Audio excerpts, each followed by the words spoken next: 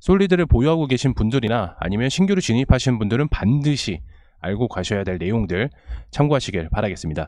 일단 솔리드의 투자 포인트는 AI 활성화에 따라서 통신 장비 수혜를 받을 수가 있어요. 이게 뭐냐면 지금 현재 AI 온디바이스 AI 제품들도 이제 나오게 돼 있고 온디바이스 AI가 이제 개화가 시작이 되었잖아요. 관련돼서 이제 반도체 섹터들도 마찬가지로 상승을 하였고, 그런데 AI나 메타버스가 결국에는 주파수 공급과 트래픽 증가라고 좀 볼 수가 있어요. 그렇다면은 네트워크 장비라든지 중계기라든지 계속해서 매출 비중이 나올 수밖에 없는 게, 현재 이미 세계적으로 네트워크에 투자를 엄청나게 많이 하고 있어요. 실질적으로 삼성전자에서도 많이 하고 있고요. 그렇기 때문에 통신 장비 산업이 결국에는 성장할 수밖에 없는 사이클이다.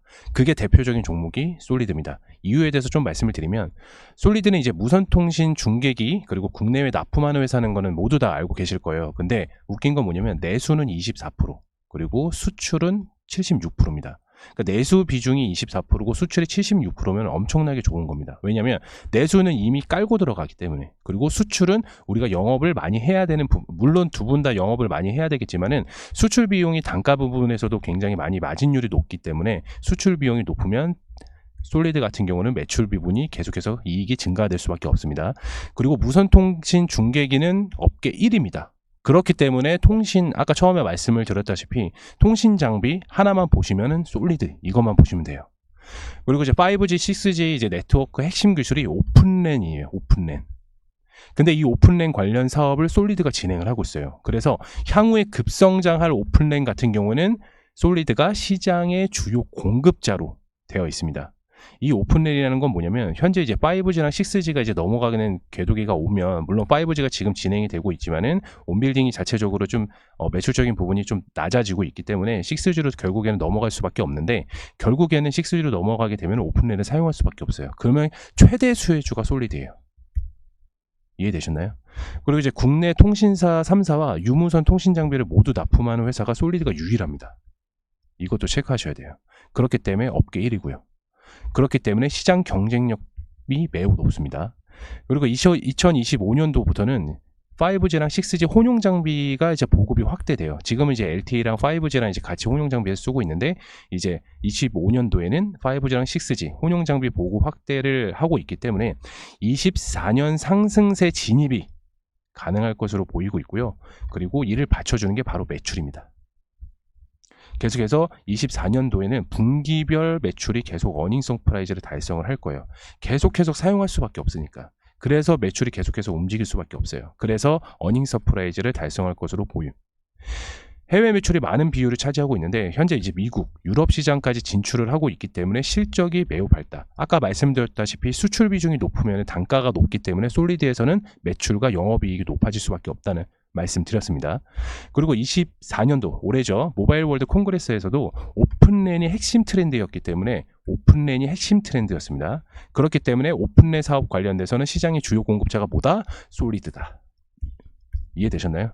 그리고 향후 미국 글로벌 탑10 기업들이 오픈랜 매출까지도 약간 좀 더해진다고 하면은 솔리드의 지금 현재는 매우 저평가되어 있다고 볼 수가 있습니다. 왜냐하면 무선 통신 장비 기술이 솔리드 같은 경우는 글로벌 3위예요. 3위. 중국이 이제 1등 차지하고 있고요. 글로벌 3위인데 미국 진출이라든지 뭐 유럽 진출을 지금 하고 있기 때문에 매우 지금 매출적인 부분에서도 주가적인 부분에서도 매우 저평가되어 있다고 볼 수가 있습니다. 그리고 이제 5G 최근에 이제 통신 장비 업체들이 이제 주가가 좀 많이 꺾였었어요. 꺾인 이유가 뭐냐면 온빌딩을 이렇게 시작을 했었는데 5G 투자가 좀 축소가 되었죠. 정부에서도 그렇고요. 그래서 중계기 시장 규모가 좀 낮아졌어요. 실질적으로. 그래서 매출이 좀 떨어지긴 했지만 오히려 솔리드는 매출이 계속 안정적으로 나왔던 게 뭐다? 수출 비중이 높았기 때문에. 오히려 내수 비중이 높았다고 하면은 솔리드도 마찬가지로 주가가 계속 떨어졌을 수밖에 없을 거예요. 그렇지만은 수출 비중이 워낙에 높기 때문에 이런 거랑 상관없이 낮아졌지만 상관없이 2023년도 최고 매출을 찍었습니다. 네. 그리고 반대로 오히려 5G 품질 관리 투자가 증가하였기 때문에 중계기 수요도 좀 매출적인 부분에서 기대를 해볼 수가 있습니다.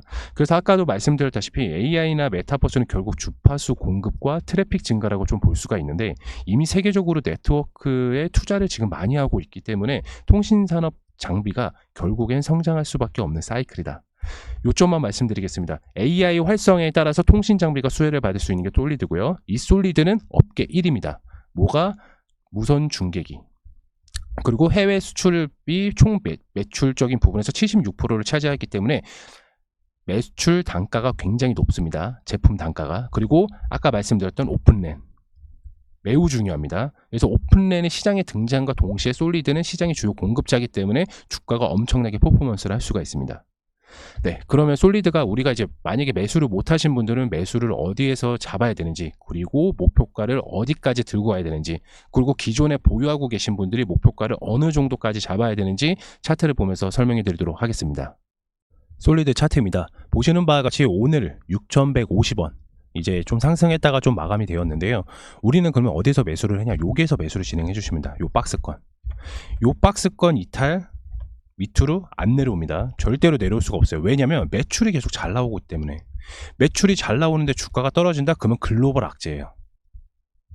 글로벌 악재가 많기 때문에 글로벌 악재가 나온다고 하면은 주가가 떨어질 수밖에 없죠. 그렇지만 매출이 계속해서 안정적인 나오는 회사면은 주가가 계속 바닥권을 저점을 높이면서 상승을 할 수밖에 없어요. 그래서 우리는 여기 부분에서 들어가야 된다.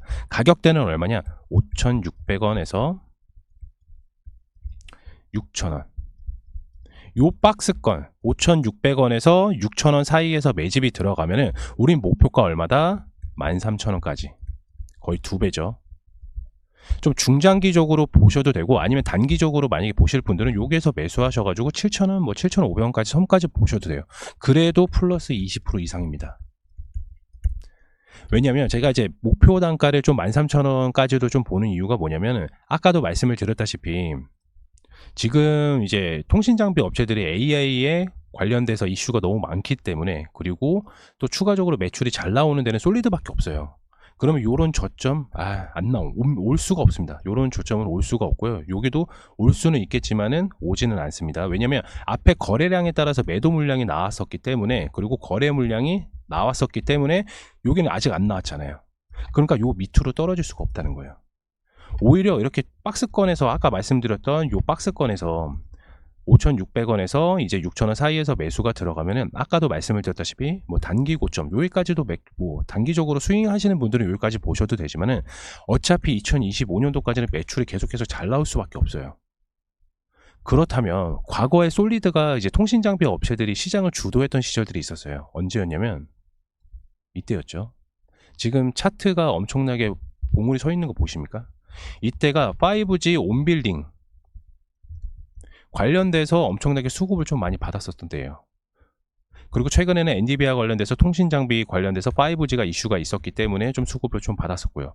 근데 주봉을 보시다시피 저점 부위를 높여가고 있다니까요. 그러면은 당연히 이때까지는 내려올 수가 없다고 좀 말씀을 드렸잖아요. 왜냐면 뭐 올라간 게 없는데 어떻게 내려가요?